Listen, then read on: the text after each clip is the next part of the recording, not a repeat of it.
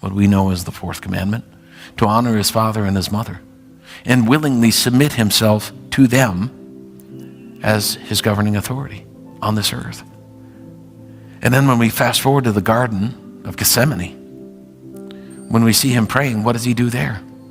He submits himself to the Father's will.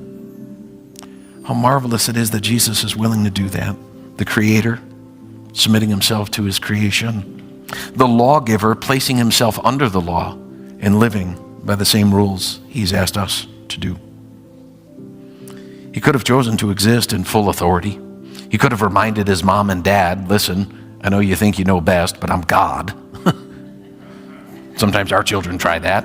It doesn't work. There's only one God. His name is Father, Son, and Holy Spirit. Mystery. But he didn't do that. He didn't fail to honor his father and his mother. He needed to honor them perfectly. He needed to submit himself to the Father's will perfectly. Why? Because I don't. It's not that I don't want to. St. Paul writes about this, doesn't he? He writes about the sin that lives in him that he detests. Because his own flesh and his own desires lead him to do the very things that he knows displease God.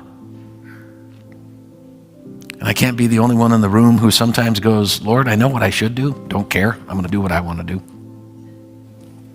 I mean, let's be honest with ourselves. We don't fail because we don't know what to do. We fail because we don't want to do it.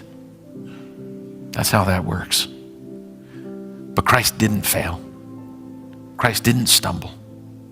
Christ was obedient when I am not.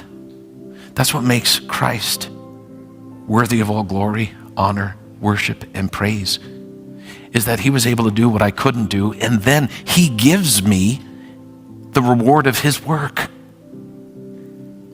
That's the best part of it.